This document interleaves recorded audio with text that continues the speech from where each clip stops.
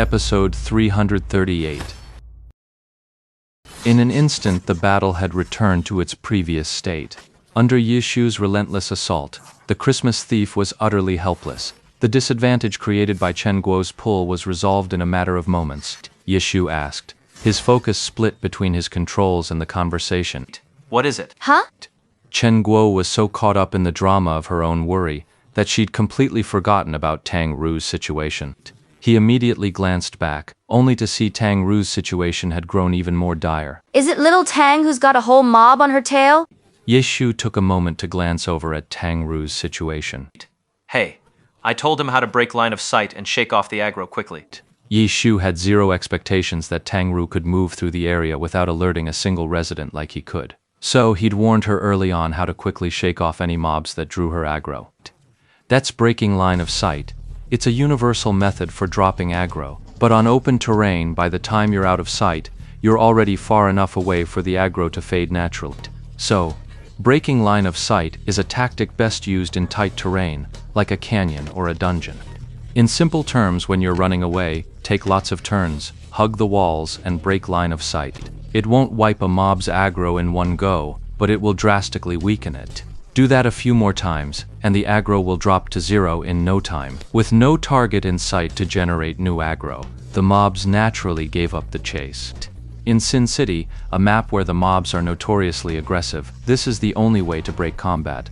Otherwise, if you try to outrun them, they'll have the patience to chase you for miles. That's their aggressive nature in action. He did do that, but... But what? But just as one set of residents finally shook off their aggro, the new ones they bumped into would generate a fresh wave of it. Tang Ru was trapped in this vicious cycle. He couldn't even spare a moment to fight the Christmas thieves, and now with this long train of residents in tow, turning back to fight was a battle he couldn't possibly win. What's his coordinate? Yishu asked Chen Guo. From his seat, separated by another computer, he couldn't make out the tiny coordinate numbers. Chen Guo hurried over to look. Tang Ru was so focused and tense, completely unaware that the two beside her were worrying on her behalf. She didn't even turn her head. Chen Guo had just noted the coordinates and was about to turn and tell Yishu, when suddenly a figure appeared at the edge of Tang Ru's screen. Tang Ru reacted with lightning speed, instantly swiveling her view to lock onto the figure. The figure had come from a rooftop along the street. Tang Ru recognized the class instantly from the gear, a launcher. It was the class she knew best, and this one was a female launcher. Her familiarity with the class shot up another 100%. While gender had no impact on a character's stats or gear, the visual difference was night and day. The female launcher had chosen long, flowing hair, which now whipped wildly in the fine rain. Her heavy cannon was already shouldered, its barrel gleaming as it gathered power. In an instant it erupted, and the laser beam shot out. The launcher executed a nimble backflip on the rooftop, perfectly absorbing the recoil from that charged laser cannon. Chen Guo couldn't hear the sound effects from Tang Ru's game. His ears were filled with the audio from his own. Tang Ru, however, kept her view locked on the action. She swiveled her perspective, tracking the laser blast as it slammed directly into the center of the dozen or so residents chasing her. For them, whose aggro was only triggered by entering line of sight, that laser blast carried a whole lot more weight. In other words, the female launcher had instantly caused an OT. The remaining residents, gnashing their teeth, charged toward the launcher on the roof. Only a scattered 3 or 4, who hadn't been blasted by the laser cannon, stubbornly kept chasing after Tang Ru's soft mist. Oh! Chen Guo heard Tang Ru suddenly respond like that. Someone in the game must have spoken to her, and at this moment, it was undoubtedly the female launcher.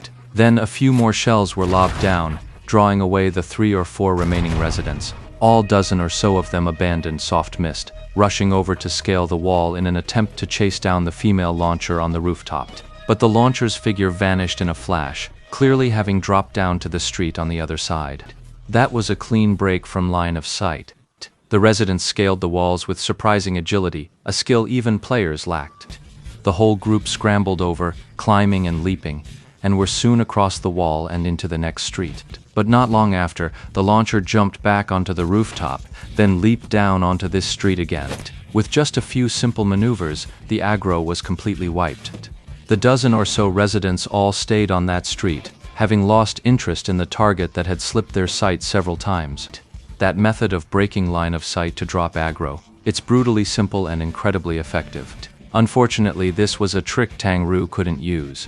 Mage-type classes have the lowest base jump height. There's no way he could make it up to a rooftop like that. However, and it's not just the mage classes, even for other classes, without gear to boost their jump stat.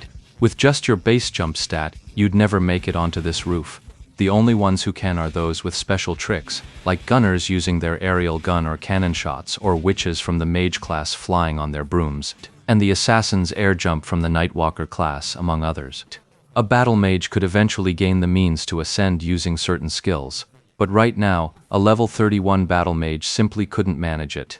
The female launcher landed back on the street and walked toward Tang Ru's soft mist. Thanks. Chen Guo heard Tang Ru's thanks, and her eyes landed on the launcher's name, Windcombs the Misty Rain. You know her? Seeing that Tang Ru was out of danger, Chen Guo pulled him aside to ask her questions. Yeah, he's a friend of Ye Shu's. They run dungeons together all the time. Looks pretty skilled. Yeah, Are they as good as me? well, right. What do you mean? You asked if he was better than you. He said yeah. So he's saying he's better than you.